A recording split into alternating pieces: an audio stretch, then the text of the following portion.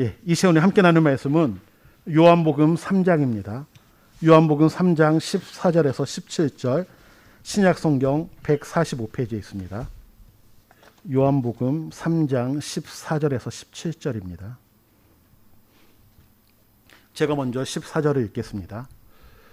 모세가 광야에서 뱀을 든 것 같이 인자로 들려야 하리니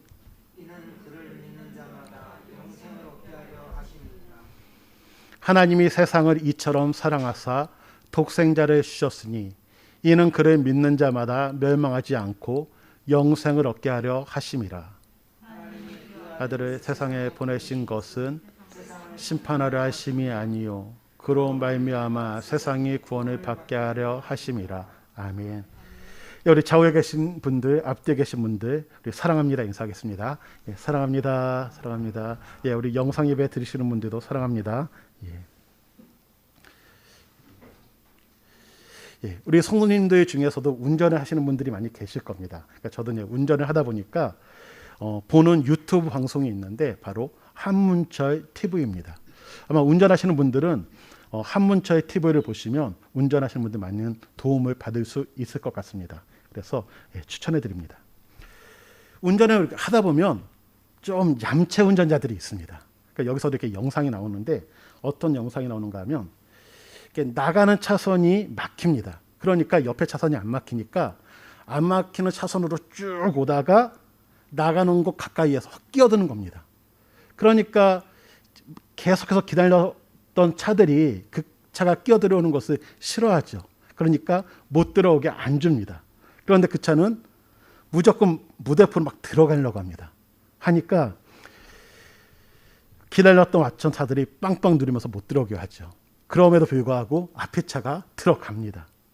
그런데 들어왔으면 좀 미안해야 되지 않습니까? 그래서 비상등이라도 한번 딱 켜주면 좋았을 텐데 빵빵거렸다고 기분 나쁘다고 차를 멈추고 내리는 겁니다. 그리고 어떤 일이 벌어지는가 하면 그 차에서 내린 사람이 더 등치도 크고 힘이 있으니까 빵빵거린 사람에게 폭력을 씁니다. 그 결과 폭력을 쓴 사람은요 감옥 신세를, 또 빵빵거린 사람은 병원 신세를 지는 그런 모습으로 나옵니다. 또한 영상은 이런 영상입니다. 어느 차가 이렇게 잘 가는데 우리가 칼치기라고 해서 갑자기 확 끼어들어오는 차가 있습니다. 그러니까 이 차가 놀래갖고 급브레이크를 밟으면서 급브레이크를 밟는 거죠. 그리고 앞에 차가 화가 나니까, 앞에 차한테 화가 나니까 빵빵 누른 겁니다. 그러면 앞에 차는 미안하니까 비상등을 킨다든지 아니면 손을 이렇게 한번 내밀어주면 좋은데 뒷차가 빵빵거렸다고 아주 천천히 가는 겁니다. 그러니까 약 올리는 거죠. 그러니까 뒷차가 화가 나는 겁니다. 그래서 이 뒷차가 앞차를 딱 추월한 다음에 가다가 멈추고 이런 행동을 하다가 접촉사고가 납니다. 어떻게 됐는가 하면 화가 나서 추월해서 가다가 멈추고 한 차는 보복운전이 되었고요. 또 갑자기 칼치기 한 차는 난폭운전이 되었습니다. 그래서 이제 법적으로 난폭운전은 1년 이하의 징역, 500만 원 이하의 벌금, 벌점 40점, 면허 취소가 될 수도 있고요. 보복운전을 한 사람은 1년에서 10년 이하의 징역, 1,000만 원 이하의 벌금, 벌점 100점, 또한 구속시 면허 취소가 되기도 합니다. 마음을 가다듬고 생각해 보면 그리 큰 일이 아니죠. 차 한 대 들어오는 거 큰일 아닙니다. 또한 칼치기를 해서 어느 차 하나가 들어온 거 그렇게 큰 일은 아닙니다. 이런 마음을 갖는다면 길을 몰라서 이렇게 들어왔구나, 또는 저분이 운전이 서툴어서 이렇게 들어왔구나, 나도 운전이 서툴 때 또는 길을 잘 몰랐을 때 저런 행동을 했던 적도 있는데 이런 마음이 있다면, 이해하는 마음으로 본다면 그냥 넘어갈 수 있는 일들이 있죠. 그런데 그 순간 마음이 상하면서 충동적인 행동으로 이어집니다. 그래서 오히려 그 행동으로 인해서 더 큰 문제, 돌이키기 힘든 문제가 발생하게 되죠. 혹시 이와 비슷한 경험이 있지는 않으신가 한번 생각해 보기 원합니다. 잠깐 마음을 가다듬고 생각해 보면 별로 큰 문제가 아닌데 그 일로 인해 마음이 상하면서 이어지는 나의 행동으로 인해 큰 문제가 발생했던 경험. 그래서 잠언 16장 32절에 보면 노하기를 더디하는 자는 용사보다 낫고 자기의 마음을 다스리는 자는 성을 빼앗는 자보다 나으니라라는 말씀이 있습니다. 우리 성도님들, 마음을 가다듬고 이해하는 마음으로 넘어갈 수 있는 은혜가 있기를 원합니다. 그러니까 저도 운전하다 보면 얌체 운전하시는 분들이 계시잖아요. 그럼 얄밉습니다. 이런 마음을 저도 갖고자 기도하고 있습니다.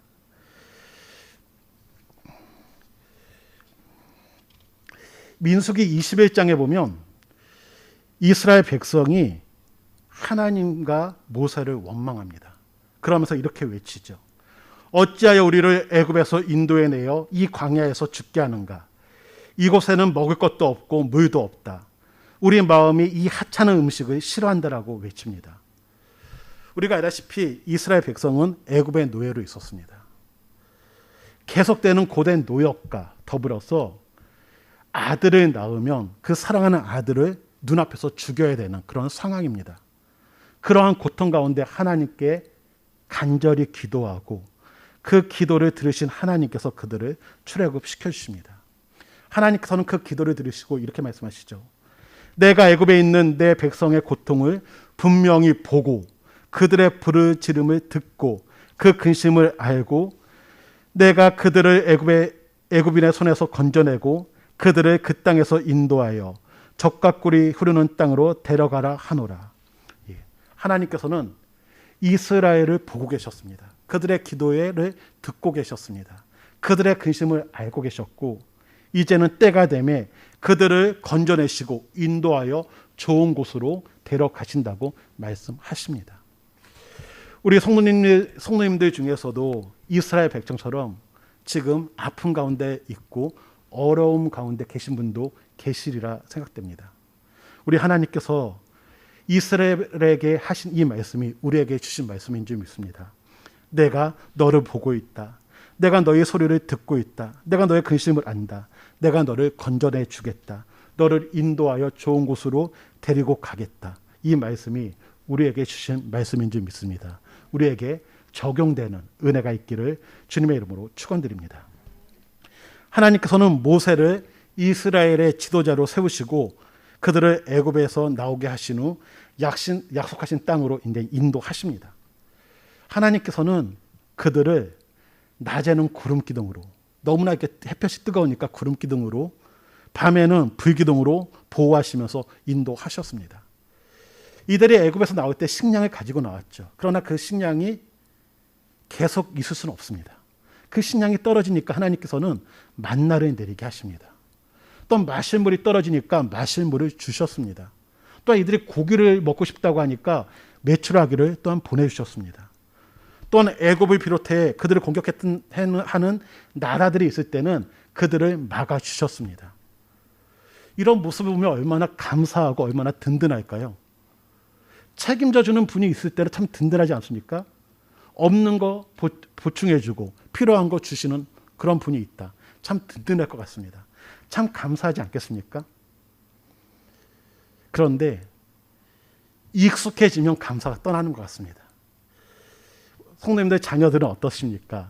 부모님들이 다 먹여주시고 다 입혀주시고 다 든든하게 다 지원해 주시지 않습니까?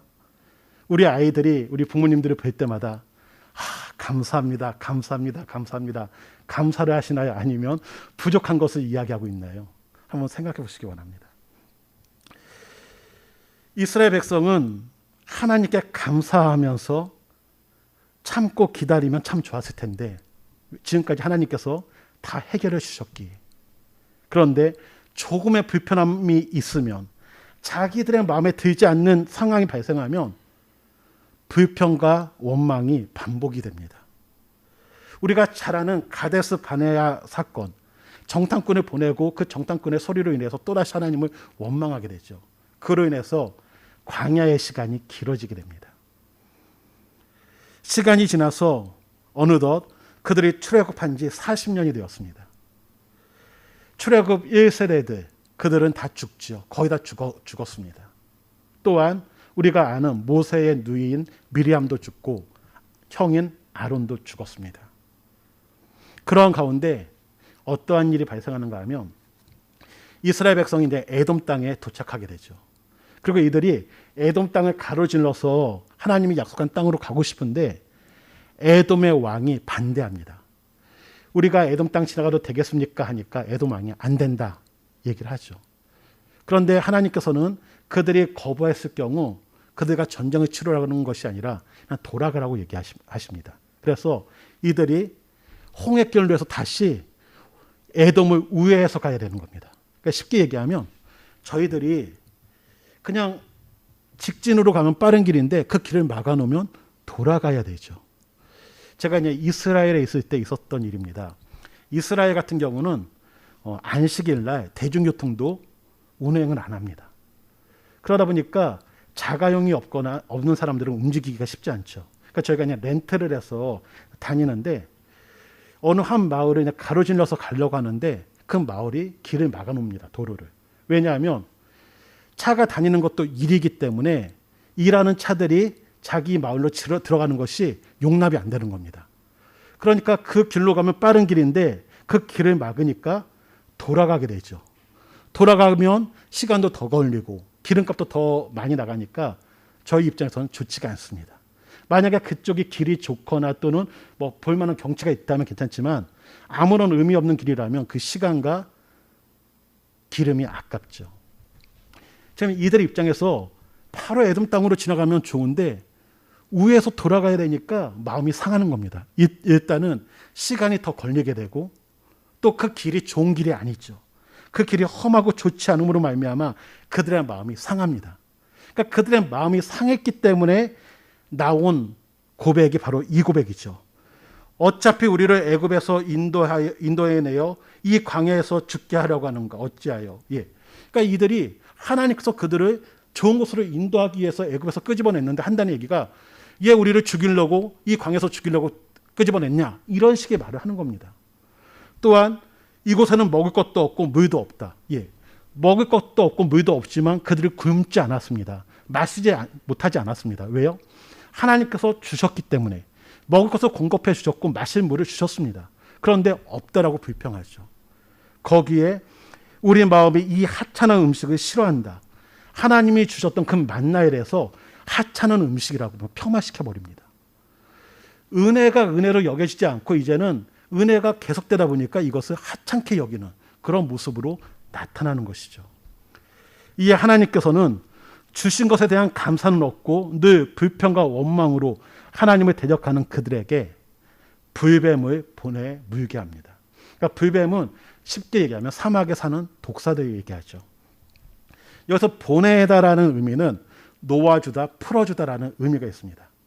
그러니까 하나님께서 이들이 하나님을 원망함으로 말미암아 없었던 불뱀을 보낸 것이 아니라 사막에는 불뱀들이 있습니다. 독사들이 있죠. 그런데 하나님께서 지금까지는 잡아두고 그들을 막아주었는데 이제는 그것을 풀어준 겁니다. 그러니까 불뱀들이 당연히 이스라엘 백성들을 물게 되죠. 그 결과 백성들은 독사에 물려 죽게 됩니다. 그제야 그들은 또다시 자신의 죄를 고백하면서 모세에게 중재를 요청하고 하나님께서는 모세에게 노스로 뱀을 만들어 장대 위에 달아 그것을 보면 살게 된다라는 말씀을 주십니다.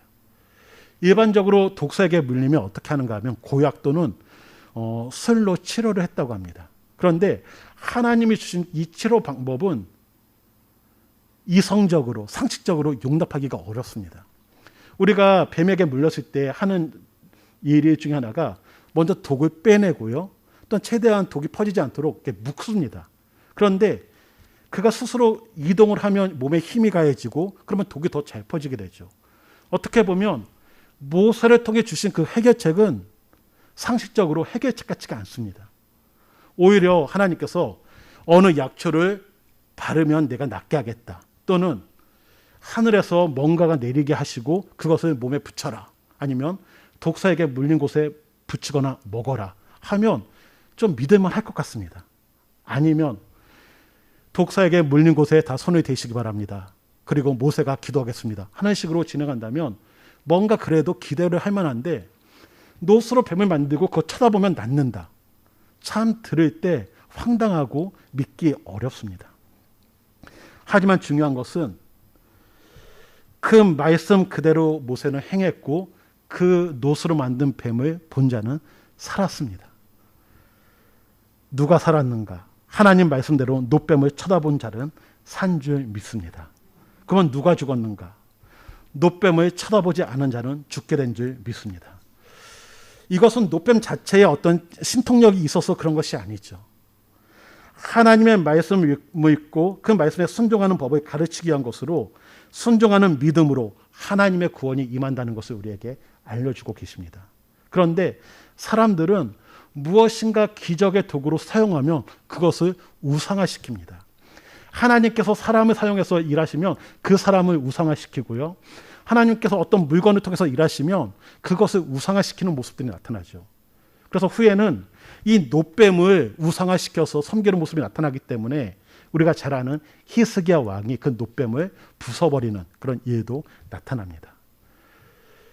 노뱀이 의미가 있는 것이 아니라 하나님의 말씀에 순종하는 것이 의미 있다는 것을 기억하기 원합니다.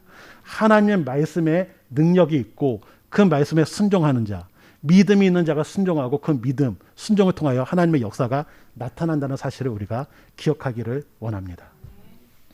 오늘 제가 읽었던 본문에 보면 유대인의 지도자인 니고데모가 밤에 예수님을 찾아옵니다.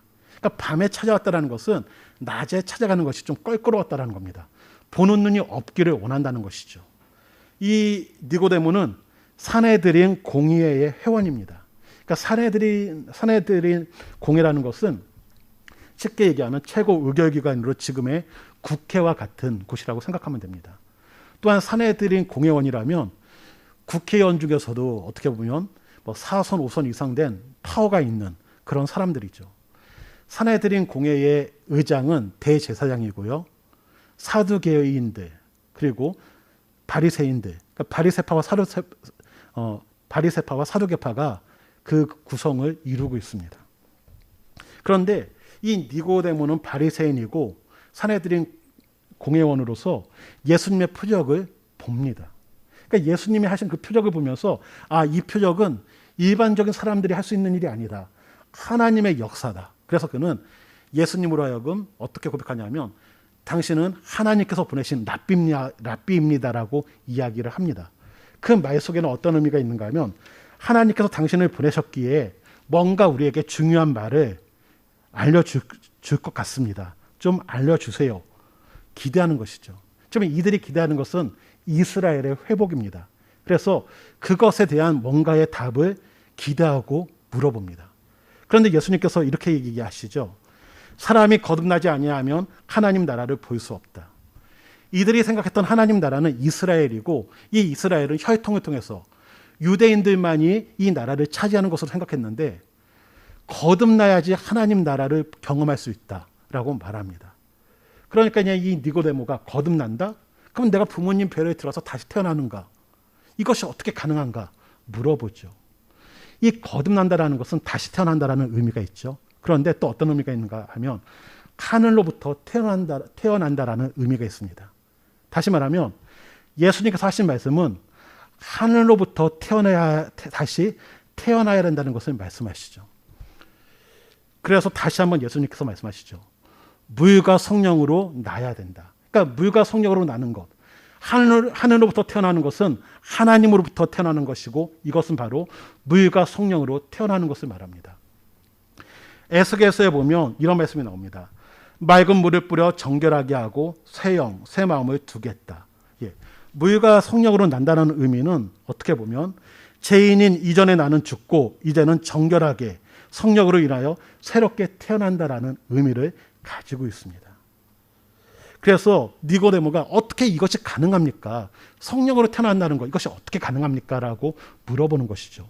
어떻게 해야지 하나님으로부터 태어날 수 있습니까? 그래서 예수님께서 하신 말씀이 모세가 광야에서 뱀을 든 것 같이 인자로 들려야 하리니 이는 그를 믿는 자마다 영생을 얻게 하려 하심이라고 얘기합니다. 모세가 노뱀을 만들어 장대에 달았을 때 그것을 쳐다본 사람들은 살았습니다. 누가 그 노뱀을 쳐다봤을까 한번 생각해 보기 바랍니다. 모세가 노뱀을 쳐다본 사람은 살 거야 라고 했을 때 먼저 노뱀을 쳐다보고자 했던 사람들은 그 대상은 뱀에 물린 사람들이죠. 뱀에 물리지 않은 사람들은 굳이 노뱀을 쳐다볼 필요성이 없습니다. 그러나 뱀에 물려서 죽어가는 사람들은 그 노뱀을 쳐다봐야 될 대상들입니다. 이 이야기를 들었을 때 나 저 노뱀 보면 살 수 있어. 이런 믿음이 생긴 사람들은 바로 그런 행동을 취할 수 있습니다. 하지만 그 말을 들었을 때 그 말이 귀담아 들리지가 않습니다. 어떻게 노뱀을 본다고 살 수 있겠어? 그런 사람들은 쳐다보지 않았겠죠. 내 마음은 노뱀을 보고 싶은 마음이 없습니다. 그런데 내 주변에 있는 사람들이 나 한번 노뱀 보러 가볼까? 이런 분위기가 되면 이 사람도 갈 수가 있습니다.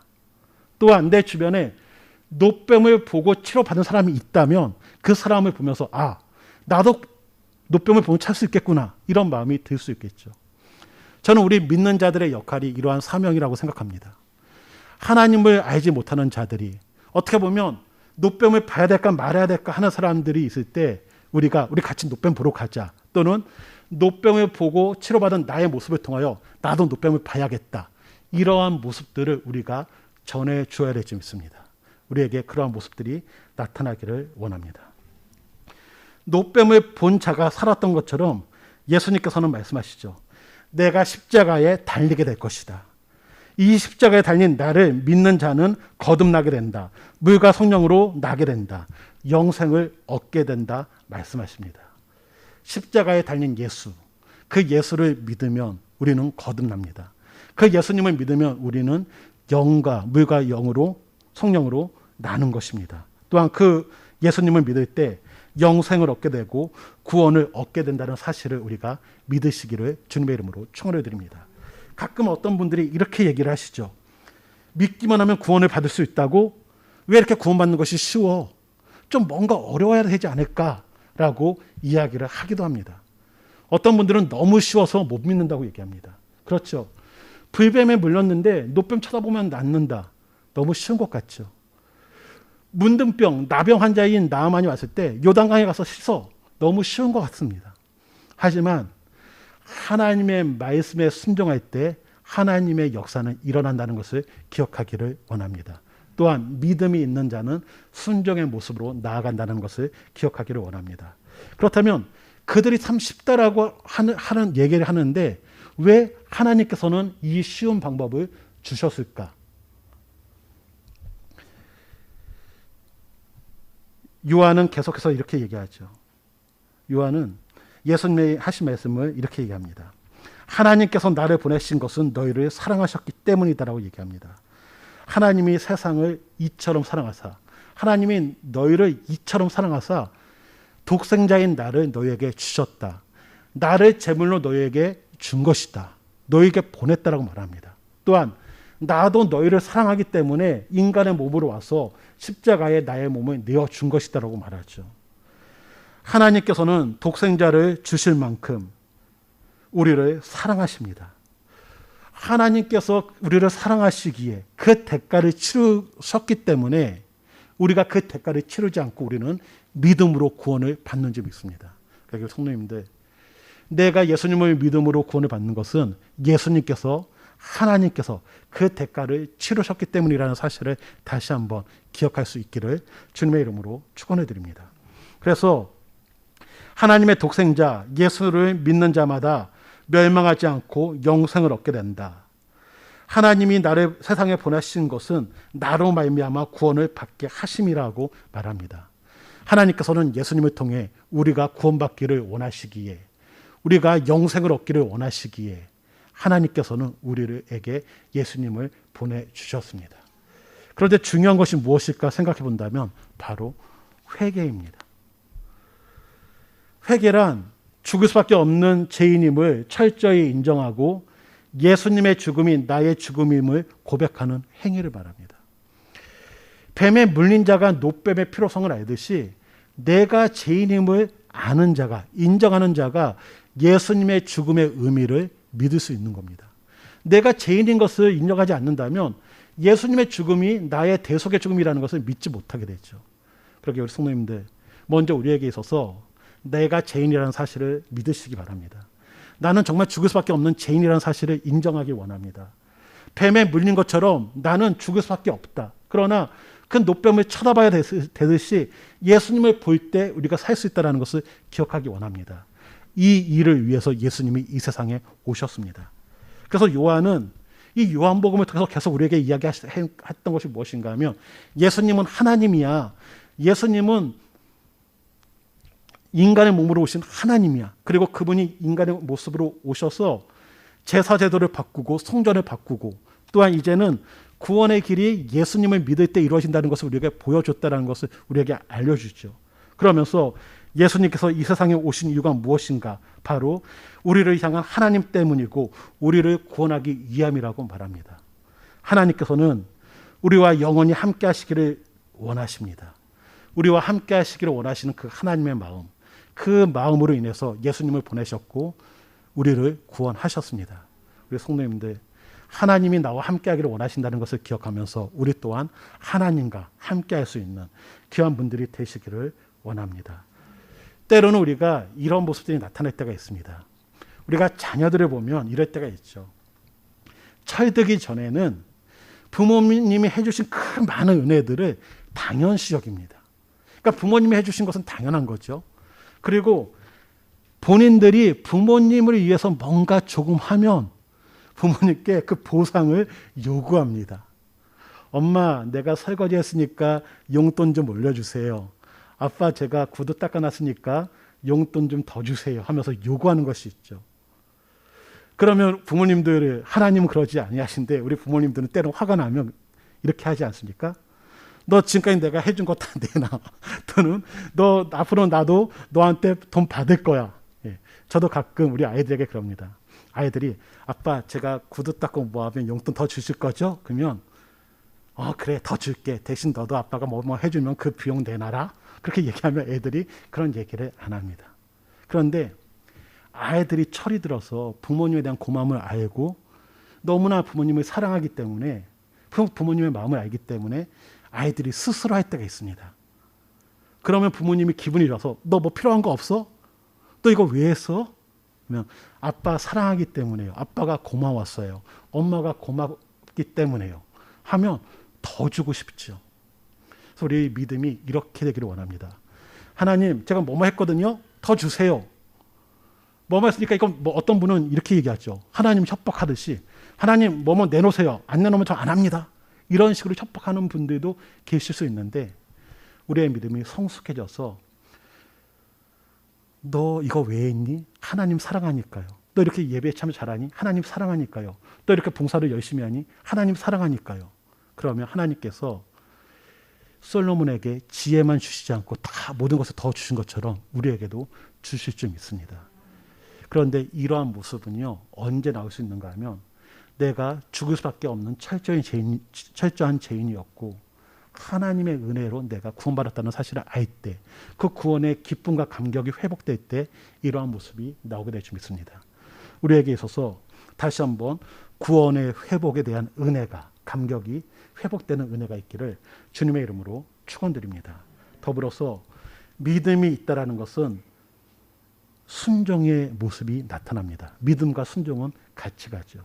우리 성도님들의 모습에서 그 믿음이 순종의 모습으로 나타나기를, 하나님의 말씀에 대한 순종이 있기를 주님의 이름으로 축원드립니다. 하나님께서는 우리와 함께 하시기를 원합니다. 우리가 하나님 안에 거하기를 원하십니다. 우리 나의 안에 거하라라는 찬양이 있는데요. 우리 같이 한번 찬양하겠습니다.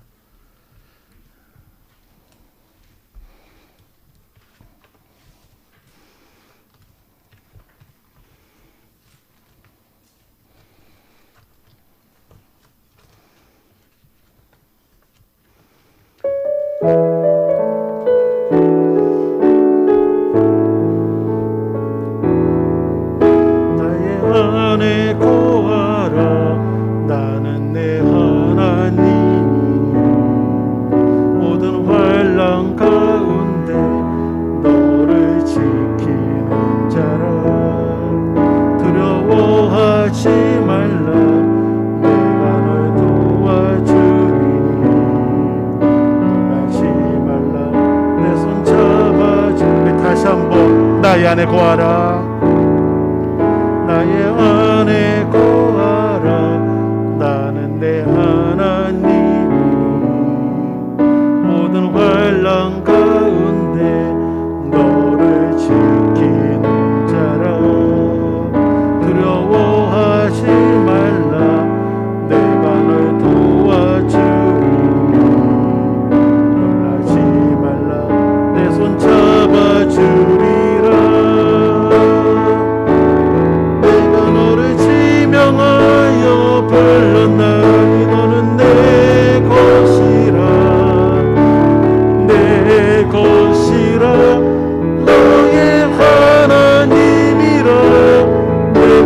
너를 보배롭고 존귀하게 여기노라. 너를 사랑하는 내 영혼, 내가 너를 지명하여 불렀나니 너는 내 것이라 너의 하나님이라. 내가 너를 보배롭고 존귀하게 여기노라. 너를 사랑하는 내 여호와라. 하나님께서는 우리가 주님 안에 거하기를 원하고요, 내가 너를 사랑한다라고 말씀하십니다. 그래서 하나님께서 우리에게 주신 것이 무엇인가 하면 예수님을 통해서 하나님께 갈 수 있는 길을 열어주셨습니다. 우리 찬양 한 곡 더 해볼까요? 보혈을 지나 하나님 품으로. 우리 주님께서는 사랑하시기에 그 보혈을 통해서 하나님께 갈 수 있는 길을 열어주셨습니다.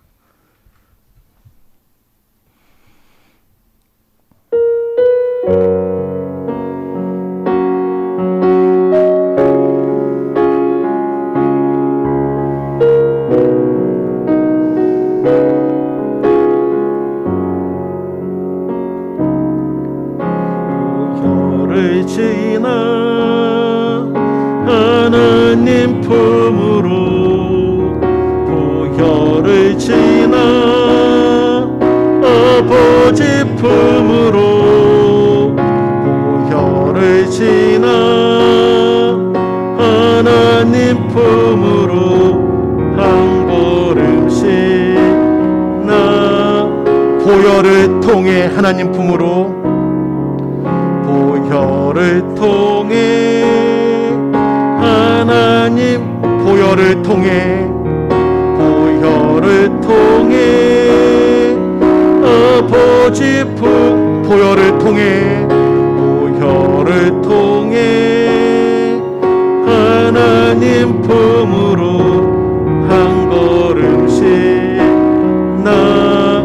존귀한 주 보혈,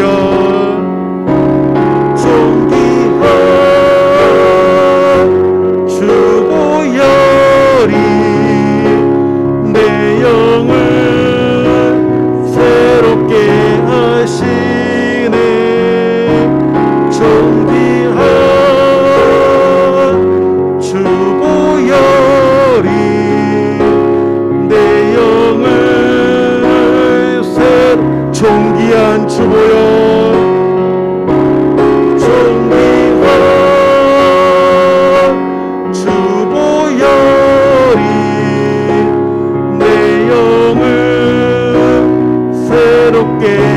하시네.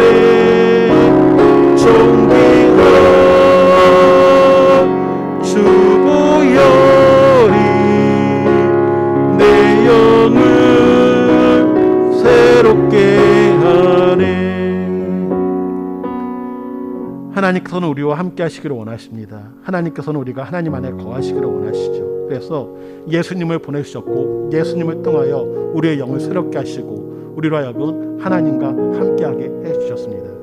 이 시간 먼저 같이 기도하기 원하는 것은, 하나님, 우리가 그 은혜를 기억하게 하여 주시고 감사하는 마음이 떠나지 않게 하여 주옵소서. 또한 이 마음을 이제는 하나님을 알지 못하는 분들에게 전할 수 있는 그런 마음도 허락해 달라고, 이 시간 우리의 믿음을 위해서 같이 한번 기도하는 시간 갖겠습니다. 같이 기도합니다.